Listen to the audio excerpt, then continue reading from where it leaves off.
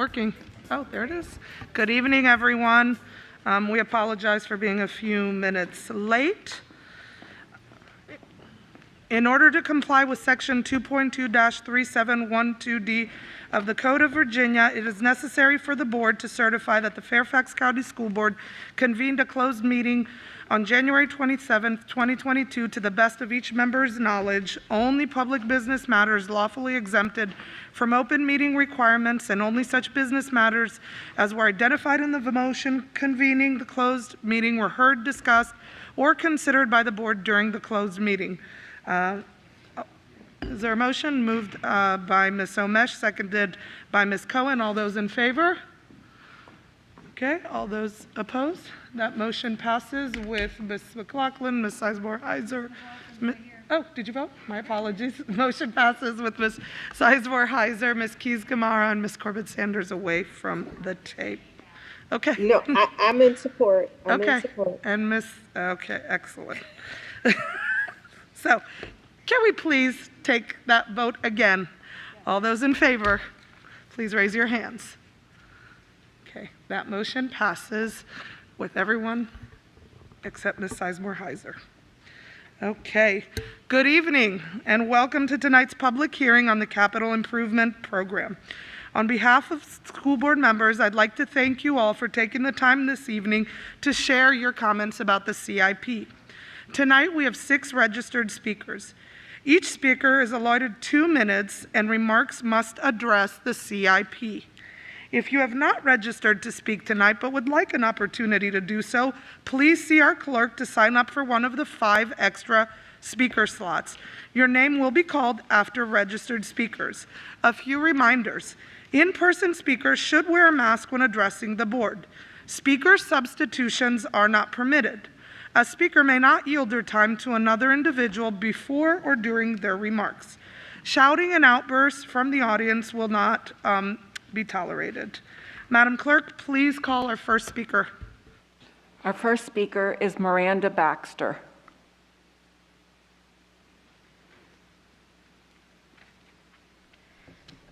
Hello, my name is Miranda Baxter and I'm a freshman at Woodson High School. From 2007 to 2009, Woodson underwent renovations but failed to address the major problem, which is overcrowding. Woodson has a capacity of 1,400, but now has a student body that exceeds 2,400 students. That is 1,000 students that are not accounted for in the building of Woodson. Students describe the overcrowding situation as extremely difficult. As a student representative myself, I have outreached to a few students, and one quote alarmed me significantly more than the rest. It is insanely difficult to get through the hallways. You have to physically push through the crowd to even get to class. It's a simple problem that is exceeding what we could possibly think. Hallways are narrow and very unsafe.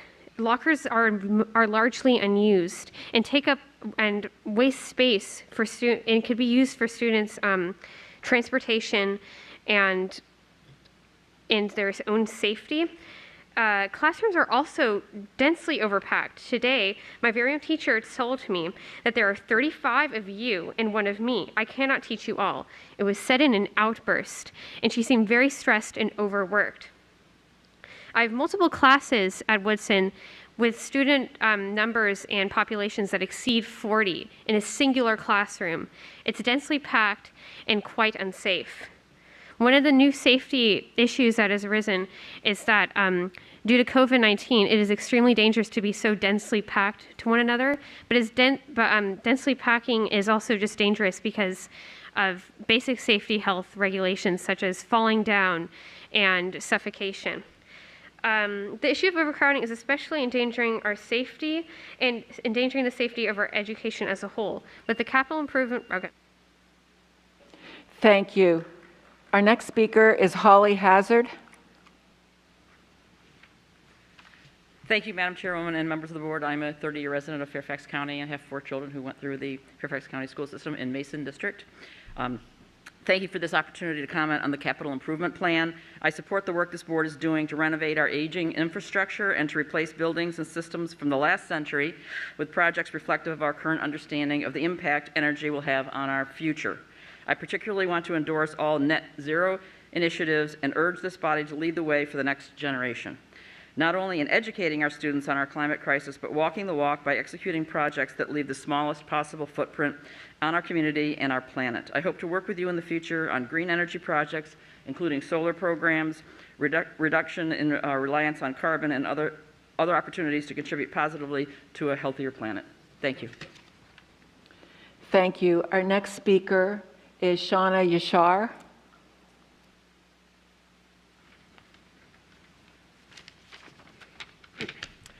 Hello. I reviewed the capital improvement plan, and definitely a lot of work was put into it. I noticed that there was $33 million in ESSER 2 funds that were slated for HVAC improvements in there, but I didn't see any discussion about what was being done with ESSER 3 funds, so hopefully nothing is going to be used for those. I know that I've spoken to you guys before about ESSER 3 funding, and I just want more transparency about it. Dr. Brabrand at the last meeting after I spoke mentioned that the at-a-glance summaries were on every single website for every single school. That's true, but that's not what I'm asking to be put up on these websites. The complete plans for ESSER 3 funding spending was actually submitted by every principal at the end of October. They're fantastic. I FOIA'd those, which cost a lot of money. Okay, I mean, it does cost the county money whenever you do FOIA requests. It cost me $87.50 to get it. And it looks great. Why not put these up so that everybody can see them? That's all I'm asking you to do. We want to see this transparency and see how it's spent. So please consider doing this. It's already there. It's there for everybody to see. Second, I saw nothing in the CIP about COVID mitigation measures, so hopefully that means we're not planning to have any in 2023. That's what I would hope. But I hope that means that you guys are doing a plan for masking.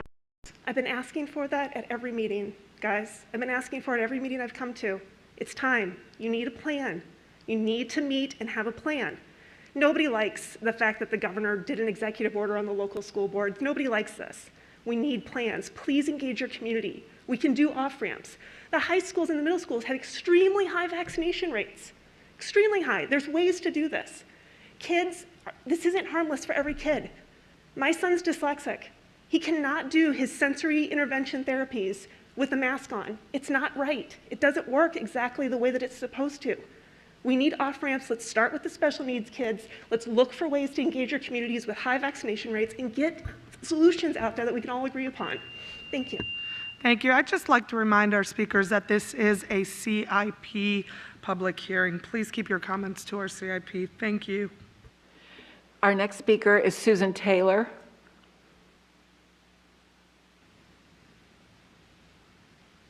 Good evening.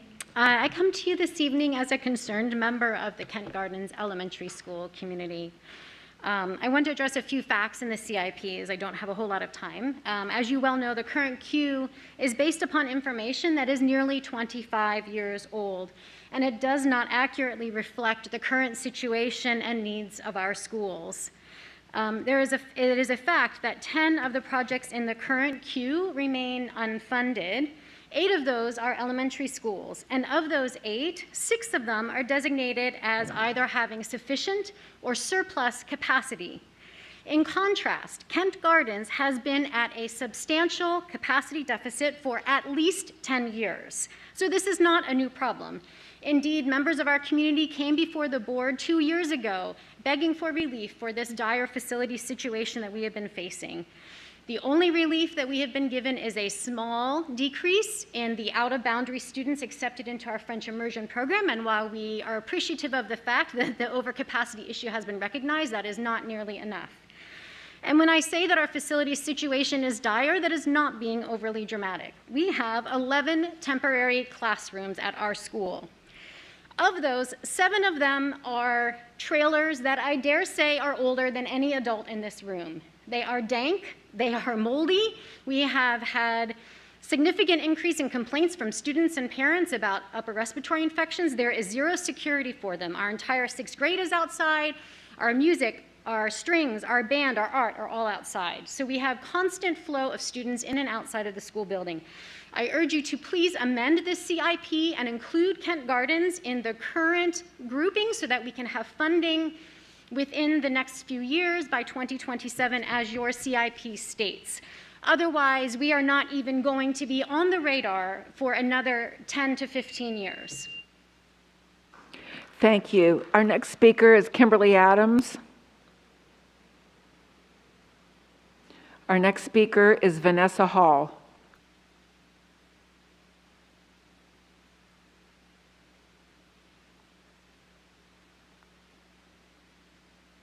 Sorry, I was having trouble. Hi, I appreciate your efforts to put students and education first while making hard decisions when there are few options. With the current CIP, you're dealing with a 37-year building life cycle, decades of budget cuts, and a growing community with diverse needs. Schools are overcrowded from decades of failure to fully financially support the CIP. However, that's not your fault because you do not control the purse strings. Richmond and Board of Supervisors do. For decades, the school board has had severely constrained CIP budgets, which reminds me of when my mom needed to feed our family but had to choose between milk for cereal or ground beef for dinner. Breakfast or dinner, that was the choice. For schools, it's also a no-win situation, which has resulted in overcrowded schools, even making it difficult to follow pandemic protocols like social distancing. When my son was in first grade, I was told that Frost Middle School renovations would be completed before he arrived.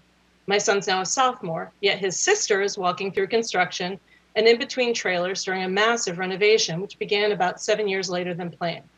Renovations at every building are woefully behind, therefore students have inadequate, if not unsafe, learning conditions. At Frost, before the renovation, backpacks were prohibited in the hallways due to overcrowding. This year, my very small daughter repeatedly has been pushed, knocked down, and stepped on in chaotic hallways. It's frankly dangerous. I know you're making difficult, thoughtful decisions about maintenance and renovations with budget controlled by others. I ask those others, the Board of Supervisors in Richmond, to think of our students. Please loosen those purse strings so students have room to breathe in their hallways and classrooms. Ensure that they have the best learning environment by putting money where our students are. Thank you guys so much. Have a very good evening. Madam Chair, that was our final speaker. Okay. Thank you, everyone. Our regular meeting will begin at 7 o'clock. We're adjourned.